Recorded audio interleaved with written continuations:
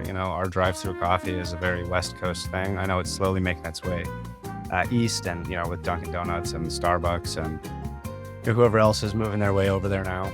But in Montana specifically, the population is a bit smaller, unless you hit one of the densely populated areas. And so what we do was not really being practiced there.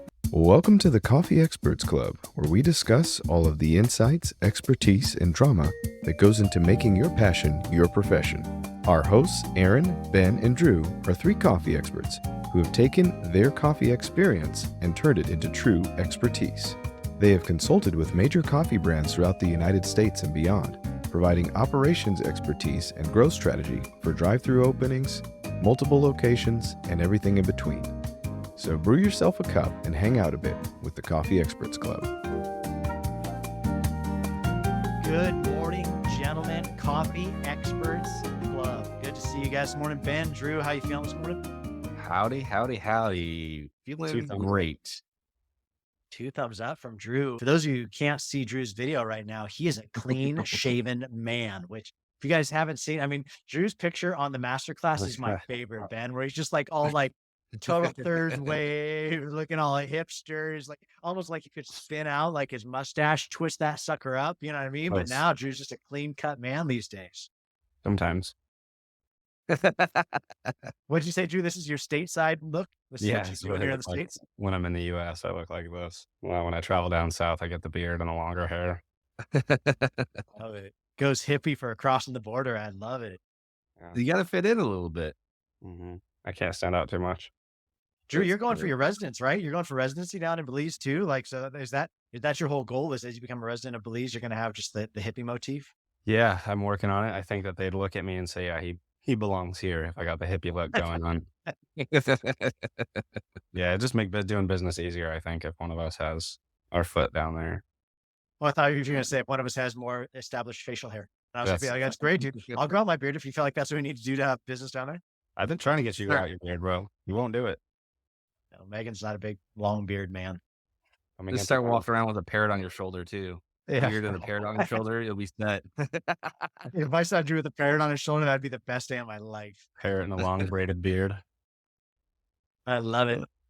Well, boys, we had John Maiers, last Coffee Experts from Coffee Republic in Great Falls, Montana. And obviously they're a favorite of ours. We love them. I think the reason we love them so much, though, is that we feel like they're a pretty cutting edge, revolutionary minded people. They came out of a really strong franchise model. That they were original BlackRock people from decades past, grew a really strong brand in Southern California. And then when the brand, we believe is probably staging to go public at some level and started reeling back in some of those franchisees, Jonathan took it and said, well, if you're going to buy us out, then we're going to go deep and we're going to make sure you pay for it hard. And we're going to take all that money and go and do something in Great Falls, Montana. So I thought super brave, right? Take the cash out and then go someplace that doesn't have what you're trying to do. There's not a lot of drive-through coffee in Montana. There's a lot of mom and pop stuff. Montana is known for mom and pops, but I do feel like what they did was they moved their whole family there to kick off this brand of their own, took the best of what they had learned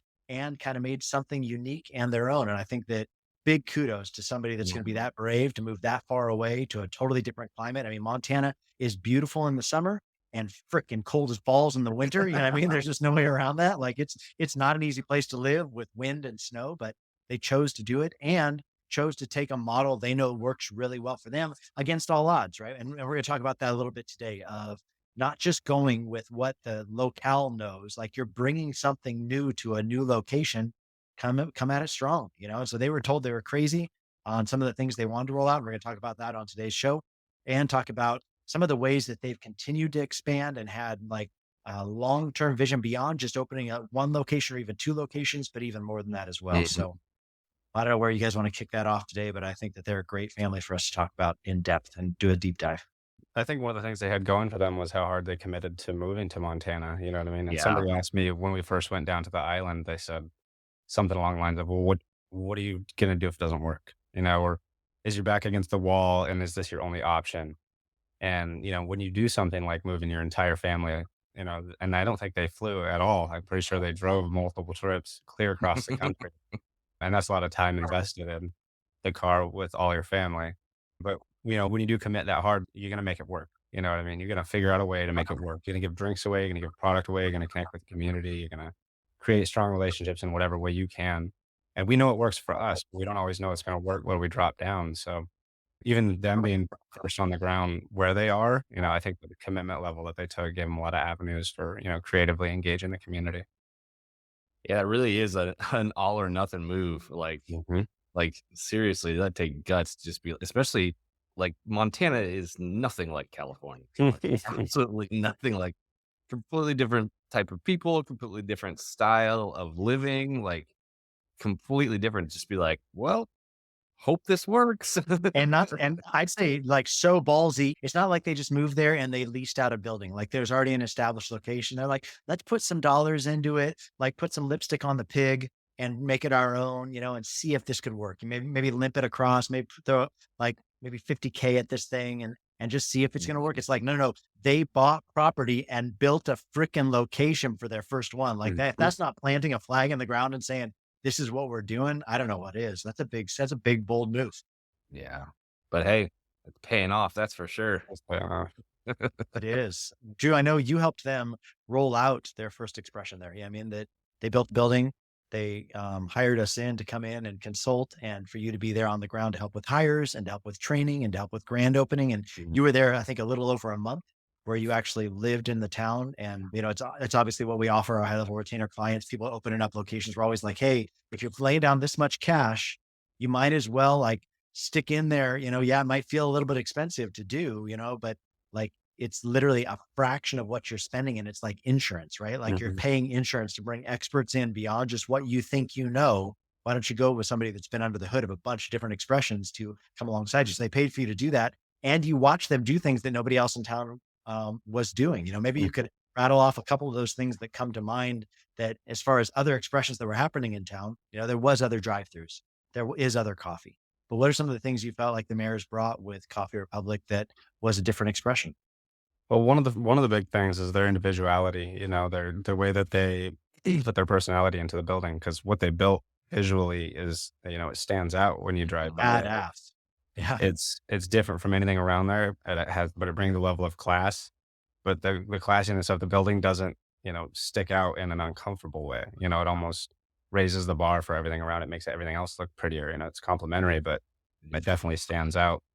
I'd been to a few of the coffee shops there, and just seeing it's kind of a slower culture. Our drive-through coffee is a very West Coast thing. I know it's slowly making its way east, and with Dunkin' Donuts and Starbucks and whoever else is moving their way over there now.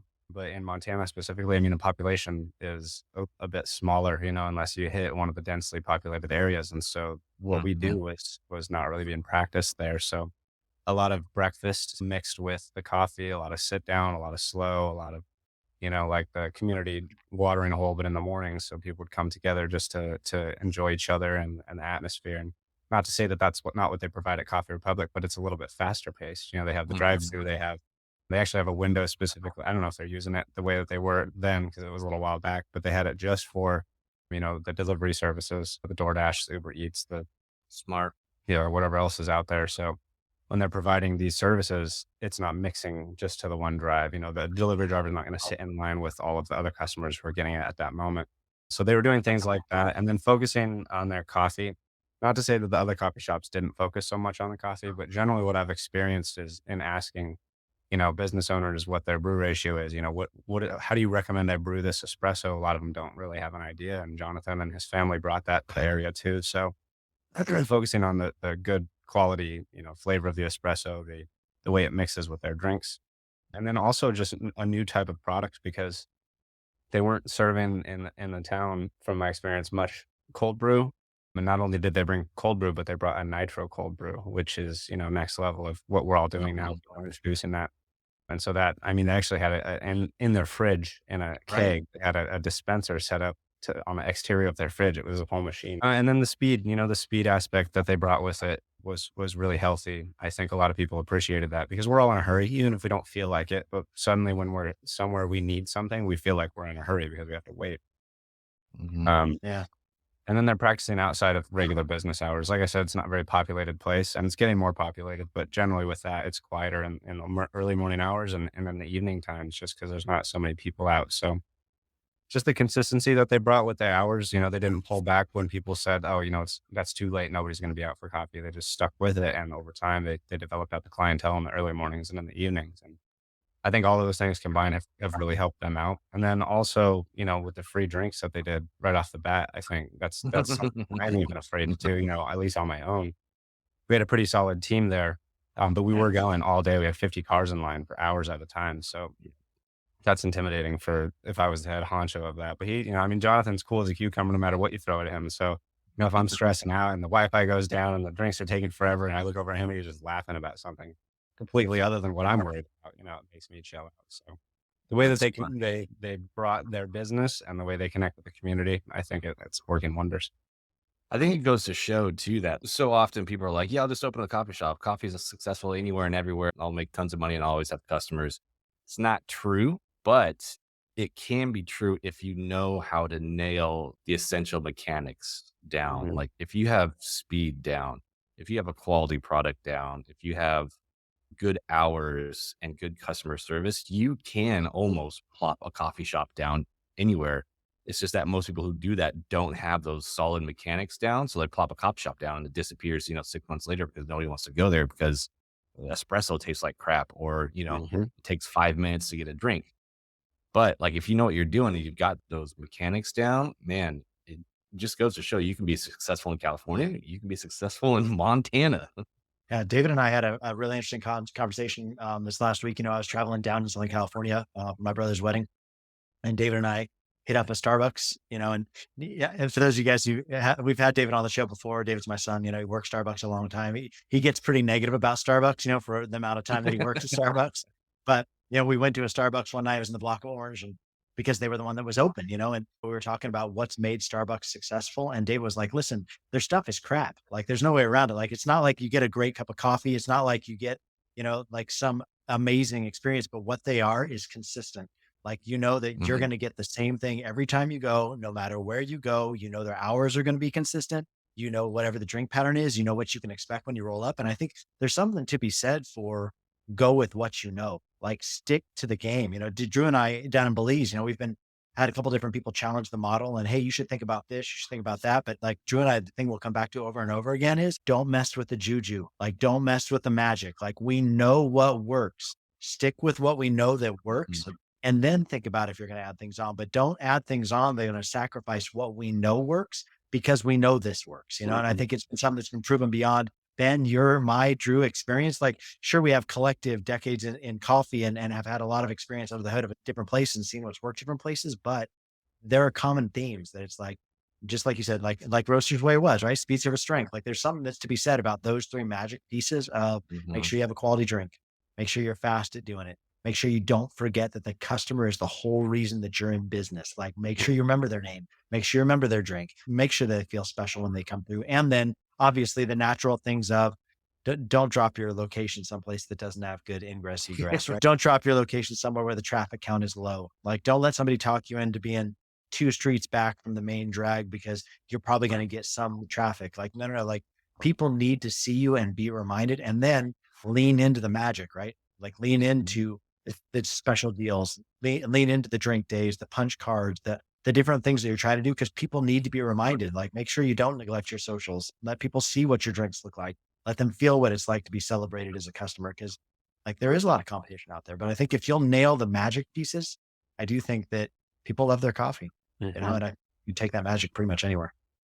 Hey, coffee experts, those of you running independent coffee shops, you're always looking for ways that you can drop your costs. And we here at the Coffee Experts Club really understand that. And so we've started something called Indie Coffee Coalition. And what it's designed to do is to drop your costs on two of the things that you're probably experiencing the highest sales volume in your store. And that is energy drink and frat mix.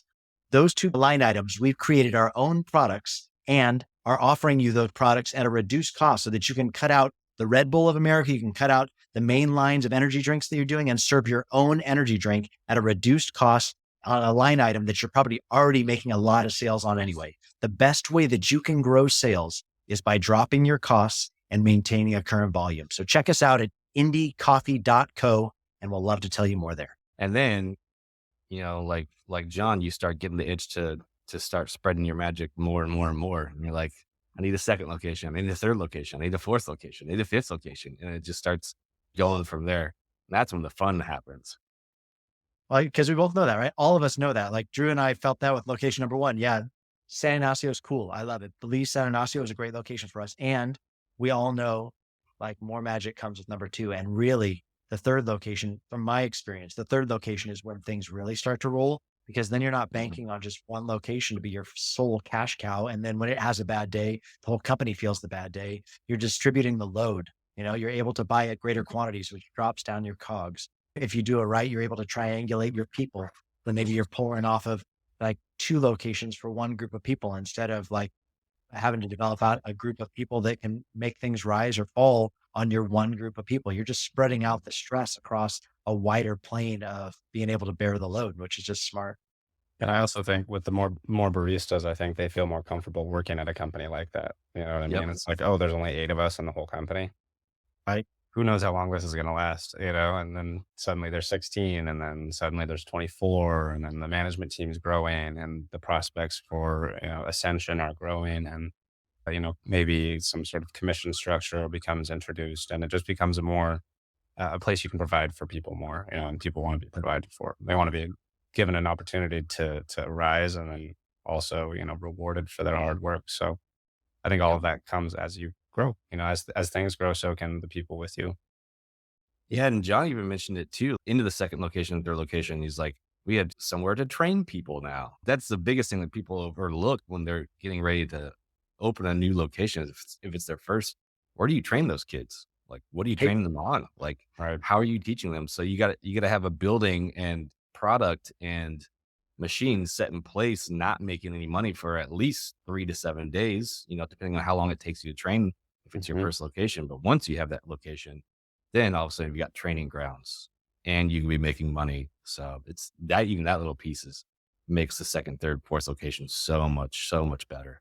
Well, and you're not the only source of information. You suddenly have veterans that hopefully know everything right. you know. They might know it a little bit askew from the original, recipe book, but and it's every opportunity to retrain them, and they could correct you, and you can correct them, and go back and forth on what was written down. Let's all go over this together. So it gives the opportunity to retrain everybody, but then also not be the sole trainer, because it's a lot of energy coming out of one person. Yeah, I do think what you guys said is really true when it comes to like opportunity. Like that can't be underspoke. I mean, we all want to grow. None of us want to feel like we're pigeonholed into never going anywhere else other than this. Like Mhm. we all want to see, even if it's not about money, right? I know we've talked about this on other shows like this generation coming up right now doesn't seem to be as moved by money as they are experience. But even if you're just talking about experiences, like people don't like getting stuck. So how can we provide new opportunities for ascension? How can we provide as we raise up trainers? When you have multiple locations, there's more of a need for trainer. You know what I mean? There's more of a need for somebody to oversee a couple locations. There's more opportunity for supply chain management. Like there's a bunch of new opportunities that are opened up once you move beyond just your first or even your second location. Like all of those things create opportunity slots where you can tell your people, hey, you're not always only going to be slinging coffee at 5 a.m. in the morning. Like we have some other opportunities for growth. And I know that was something that really encouraged. I remember back Jordan Lawler back in the day before she got married and had her baby. But like I know that like once she got married, started having kids, she wasn't wanting to be like opening stores every day. But it was Yeah. great to be able to create an opportunity where we could ascend her up. She was able to take on like an HR arm of the company and really get good at doing HR style duties. And then that drew an opportunity for you to become a regional over multiple locations. The more and more roasters grew. And I just think new opportunities inspire people to want to stick around, right? Which is when you get the Sure. best ROI out of the people you've been training all these years, right? Is the worst thing is when you lose a veteran that you have to start at ground zero with somebody brand new again. So how Yeah. can you inspire them to get them to stick around? Well, Yeah. and If your company's constantly growing and you are opening up those higher tier positions, like that immediately tells, a new barista like, oh gosh, I'm gonna have to find like if I started at a coffee shop, say I'm in college, it's summer or something, I'm trying to figure out my life.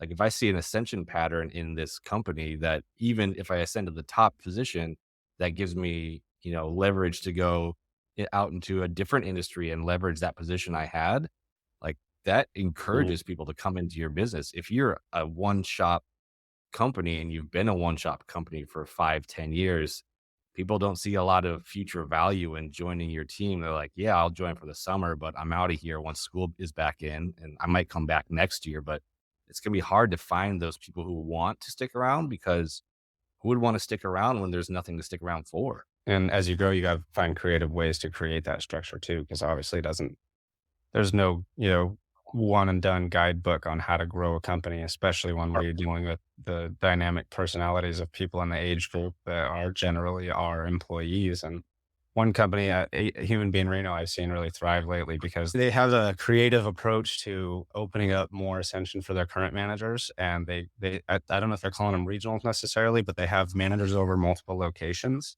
So one manager will manage like a district, and they'll have two that they work at and go back and forth. And they just opened that up 6 months ago, 8 months ago, and they've seen incredible results. They were having, like we all have, occasional struggles with keeping staff, entertained and motivated. And then they introduced this, and it seems like it really solidified their culture. And now the last L10, we were talking about how people are calling for jobs and they have to turn people away because, the tenure is so much longer now of their average barista, and the people are happier, and the culture has just become a place where people want to be, and when you have that and your community internally is so big, it's going to radiate outwards. People are going to hear about it in the outward community. And that's not just going to create a great place for your baristas, but more customers are going to want to spend money there when they hear, oh, they take good care of their people. Oh, the people that are really happy, and the people that are able to provide for themselves and their families. Like Jordan, grew up and had a kid, got married, bought a house. Like all these things happened under the one coffee job. And that's not necessarily typical. So if you can create something like that, it radiates outward pretty widely. Yeah, that's a bit of an understatement. I don't think that, or not understatement, but I don't think people talk about that enough, is that, like, if you've got 2 or 3 locations, you're talking about a bunch of kids. A bunch of kids have a bunch of parents who are in the community, talking about your shop, working in the community, spending money in the community. So, if you're treating these kids good, these baristas, their parents, their immediate family is going to take note of that. And it just builds your brand that much more in the community, because you have all these families that go, hey, they take care of my kid. My kid loves it there. My kid's, making good money. I'm going to tell, everybody in my immediate area about this coffee shop. And it increases the amount of people, kind of like Human Being Reno, you said, it increases the amount of people who want to now come work at your company, but it also just increases your standing within the community as being a good company. People want to support, local brands that are good brands. And so if you can raise that awareness of how good you are in the community, you're just going to increase your customer base. What I feel was revolutionary about sharing a manager, I know we're calling them like a district manager or whatever in that scenario, but it's not true to the form, in that the manager of one location started managing 2 locations is what they're doing now, but the thing that I think is pretty revolutionary and exciting about that, when it comes to this whole idea of creating opportunities, is what you're not saying out loud with that, but is absolutely part of your bottom line, is instead of paying 2 people a pretty higher salary than compared to your normal baristas, you just eliminated one of those positions, which enables you to pay this person a little bit more, but not as much as it's going to cost for 2 full-time managers. You know what I mean? So it helps your bottom line, right? You remain more profitable. It gives you an ascension path of, hey, you were managing 1 location. What if we pulled another one in your district in and you started managing 2 locations and just created 2 strong assistants underneath you? That gives them an ascension path upward, right? So a stronger assistant is needed in those locations because there's more of a load that's distributed. I just think sometimes you get stuck in, it has to be this way. Every location has to have a manager, has to have an assistant manager, has to have a lead. That's the way we've always done it. But I know even when I moved to Missoula, it's been forever ago now, probably almost 20 years ago now, and was working Pac Sun back in the day, right? Pacific Sunwear as a manager, and they were having a problem within the district, within stores. I remember talking to my regional about, hey, why are we hiring more managers if we're not meeting the bottom line? What if we did this whole thing where one manager was able to manage 2 locations and you rose up strong assistants? And I remember the regional manager there said, no, that's not our framework. That's not how we do things. But be really careful of determining what you can do and can't do. The beauty of indie coffee is be agile, right? It doesn't have to always be the way you thought it was. And we've all been in locations where the manager just sucks. There's no way around it. This manager isn't pulling the caliber of the other 4 locations. We need to get rid of them. Why don't we get rid of them and take one of our stronger ones and see if they could actually straddle 2 locations and raise the sales here and make this store more profitable, because now we're not paying such a high monthly nut of pay to a store that's been struggling. We can actually spread that across 2 locations. So I think there's a lot of brilliance in trying things outside the box and creating new opportunities. And not only the pay structure, dollar per hour style, but a human being has a nice incentive structure too based on store performance. And so then suddenly that manager's earning a bonus, quarterly for 2 stores instead of 1. Look at Drew, like indirectly patting himself on the back. Didn't you help him design that incentive Maybe. plan? Maybe. He's like, what they're doing that's really smart is this thing that I rolled out called the incentive plan. That's just Something else that Jonathan's doing and the Maiers are doing up in Montana that I thought was really smart is they're not stuck in, it has to always look like we're buying the property and building the building, right? That was their first model. They did it for their second location, but on the show last week, Jonathan also talked about, they're also talking about a third location, but something that's a little bit less money, doesn't cost as much. And that is doing a land lease. And then they don't have to buy the property, right? So what the nice thing about land leases is you're able to open more with less, right? Otherwise, if you're trying to buy property every time, property is expensive. Property in the freaking Belize is expensive, let alone like in the States where we're really seeing property values rise, and I think that's something that Drew and I have really leaned into hard in the beginning with Cop de los Mayas is let's do some land leases that allows our capital to go further.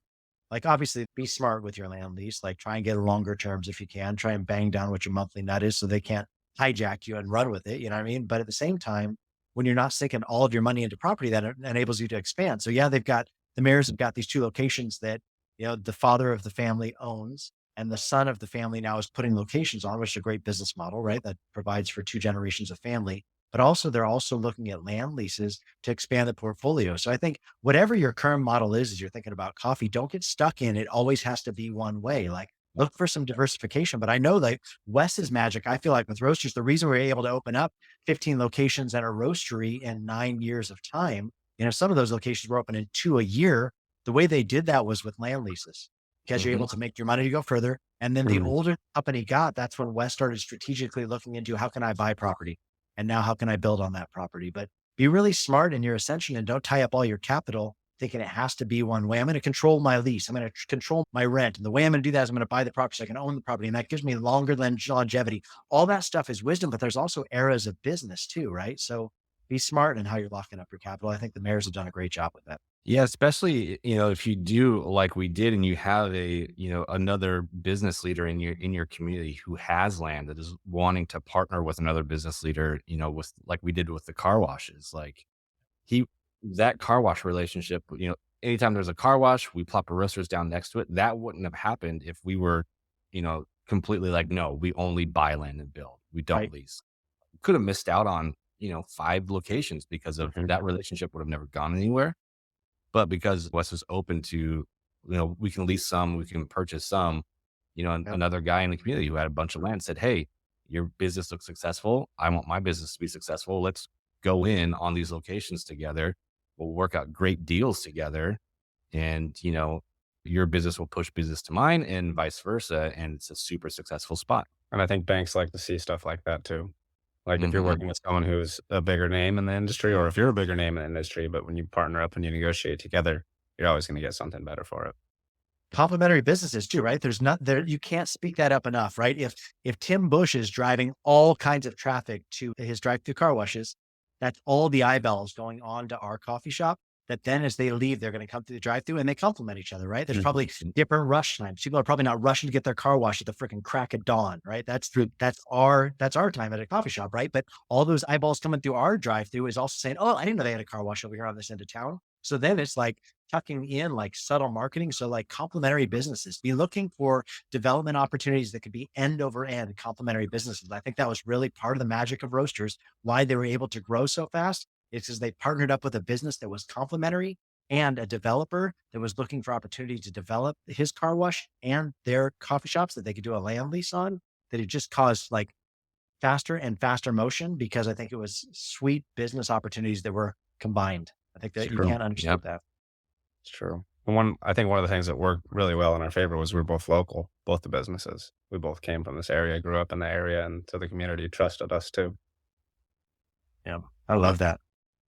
Well, gentlemen, great show again today. Jonathan Maiers and the Maiers family, so much respect for you there at Coffee Republic. I love Montana. You know I do. Let's expand across that entire state and keep on moving because Wyoming is a neighbor and you guys all know Wyoming has my heart as well. So congratulations to you guys and the growth you're doing there. Ben, Drew, thank you for being studs. enjoyed our show today. Thank you for all of our listeners that tuned in today, and we'll see you next week on Coffee Experts Club. Thanks so much for joining us today. For those of you who are looking to become a coffee expert yourself, we offer an incredible, thorough training online for opening your first coffee drive-thru at www.myfirstdrivethru.coffee. Hey, experts, we've got something really awesome that we do here at Coffee Experts Club, and that's called the myfirstdrivethru.coffee masterclass. So if you're opening your next coffee shop, I think a lot of times that you may think to yourself, I know what goes into opening a coffee shop. I've been doing this for years, but maybe you've been doing it for somebody else. And maybe this is your first option of starting a coffee shop on your own. Or maybe you don't know anything about coffee and you're just like, I'm looking for a good investment opportunity. Starting a coffee shop seems like a good place to put it, and you're going to enter into it. But what you don't know is all the things that you don't know, right? And so what we've done with this masterclass is taken behind the scenes how you find your first location, what you need to be thinking about in finding a location. We give you a gift in the masterclass where it's a step-by-step process of how you're opening your coffee shop, the different checkpoints you need from coming up with your plans and talking with the city and then negotiating a lease. And then how do you build a team and what are the different pieces you need to be thinking about? It's a great masterclass, door to door, start to finish, completely free on opening up your next coffee drive-thru. So check it out. It's at myfirstdrivethru.coffee, and it's a great masterclass. You won't regret it. We'll see you on the inside there.